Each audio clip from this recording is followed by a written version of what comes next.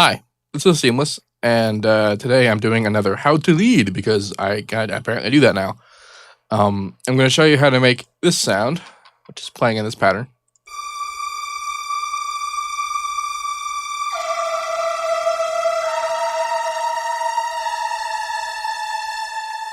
And I'm going to show you two instances of what it sounds like by in the track. So you notice certain qualities about it when you're listening to it. In this particular section, there is only two synths backing it up. There's this ARP and this saw E thing.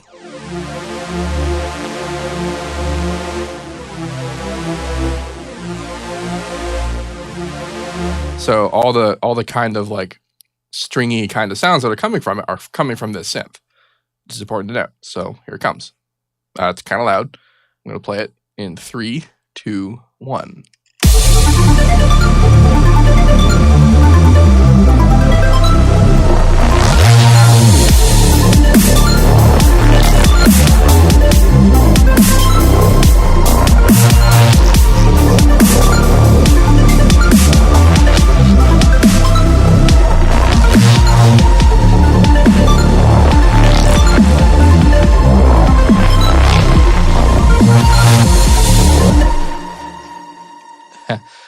What's funny, this crash cymbal is called How to Lead 2, and that's because I actually recorded, this is a Superior Drummer sample that I recorded into the Edison I used to record How to Lead, the first one, and I just called it that when I rendered it out, which is funny.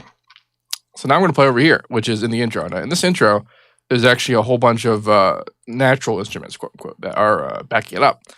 One of them are strings, a whole number of string sections, and one of them's a piano. This is what the string section sounds by itself.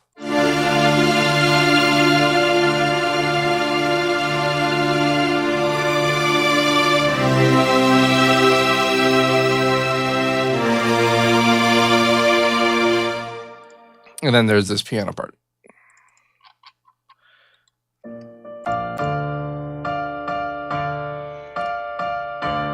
As you can see, it's kind of growing.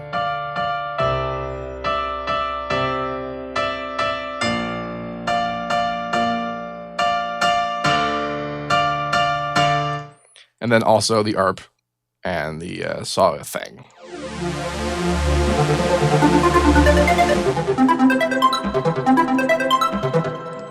So I'm going to play this section, and it's going to have the lead in it.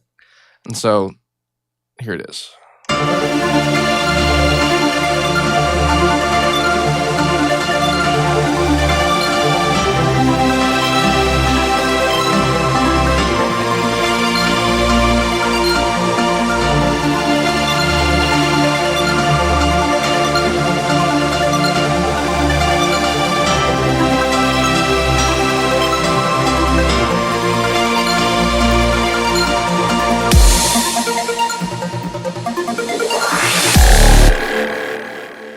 And then the song goes.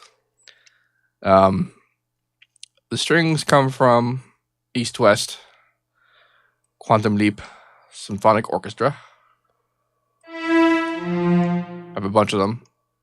A lot of stuff going up in here, and I'm controlling that using the MIDI outs for individual sections because that's just the most efficient way to do it.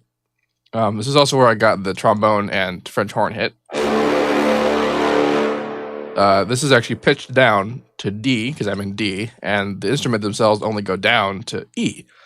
And realistically, I could have just pitched down the instrument, but I don't know if I didn't. But eventually, I'm going to render out all of these into audio files anyway, because when I put out the FLP for this file, I seriously doubt most people have East-West stuff. So they're going to be just OGGs of strings and pianos and whatnot. The piano is also from East West. It's from Quantum Leap Pianos. It's pretty sweet. So let's talk about what this sound actually is. So, like any kind of lead I ever tried to make, this started out me trying to make a supersaw, and I ended up making something entirely different. But a lot of the total accents that I engaged in here kind of lent it towards being kind of a useful like high string sound. I say a high string sound because the low notes don't really sound like a string. They sound like a weird synth. So, I mean, that's cool. but like that sounds like a string, and that's kind of weird. But what's contributing to this is so I have the super saw setting, which is super unison and high pitch values, and I think I'm articulating it. Nope, it's just huge. But I do have a modified unison pitch thickness window. So, but take note about where I change the unison. I have a highs in the high, kind of lowish on the mid highs, and then rather low on the low mids, and then kind of middling in the fundamental. This is important because these are saw waves, and they're pretty sharp. Like I have a huge reverb on it. This is what it sounds like without reverb. And that sharpness lives in the mids and the highs, right? So I had the highs of being unison, which kind of gets rid of some of the sharpness, but I retain some of the sharpness by dipping in the unison at particular locations. This was mostly accident, but I mean, this is kind of me like dissecting something I did to see how to do it again, I guess later. But one of the other cool things that it does is that I distort it. Much like the lead, if you watch the last video on the lead sound that I had, the alien-y kind of lead sound that I made, I distorted it, and when there's certain distortion algorithms in Harmor distort higher frequencies, it kind of adds in a lower frequency like rush sound. And see if I can do this and show you the EQ at the same time. I'll just play it. Like you can kind of hear it. And if I could show you the EQ, you would see the fundamental appear. Okay, where is it? Let's pitch you way up.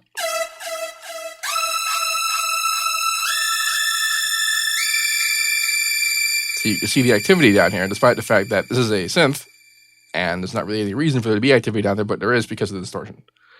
And also because I have asymmetry engaged, I guess. I say I guess because I probably would do that anyway. But asymmetry introduces additional things that are going on that could make for more dynamic business. So part of the other thing that kind of contributes to the stringy sound is that I have legato and porta engaged, which make that slide from each pitch.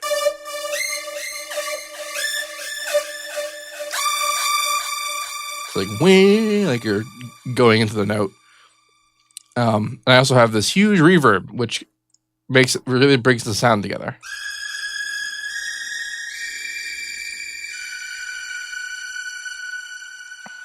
So this is not your standard reverb. This is a convolution reverb. And what convolution reverb is it's a sound that it's a type of reverb where it's created by an impulse response. And what that means is that there was a sound like a starter pistol, like a pa, like a pop, like actually, like that kind of stuff.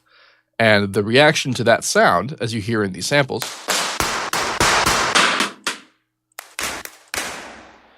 like because the impulse loader knows what the original sample was, it can extrapolate what the reverb did to the sound, and then it can apply that extrapolation to any sound that it runs through. So you can basically, these are all real spaces. Someone went and recorded these sounds using a starter pistol or something that makes a snappy sound, and so then I get basically a real reverb sound on anything that runs through it. Impulse responses can also be used to do guitar cabinet simulations, which is pretty nice. But for this, we're doing reverb. Now, this obviously is in FL Studio. However, impulse response reverbs or IR loaders, these kinds of things, are available just everywhere, all just whatever.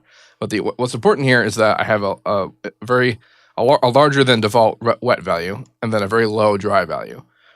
And then the wet is also really stereo separated. Lots of stereo separation going on.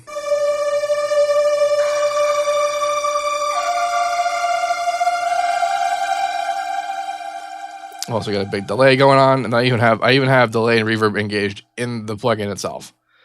And I just pile it on. I also have more chorus engaged for additional super sawing, which was what I was trying to do, and that contributed to the sound as a whole. You get a little bit of EQ just to keep at the lower frequencies, because without it, those kind of that additional Additional frequencies added in by the distortion could be somewhat of an issue. And then this limiter is mostly just for sidechaining because I want it to pump a little bit, just a little bit, not as much as the basses do because they don't. There's no frequency information that interferes with the kick drum, so I don't really care.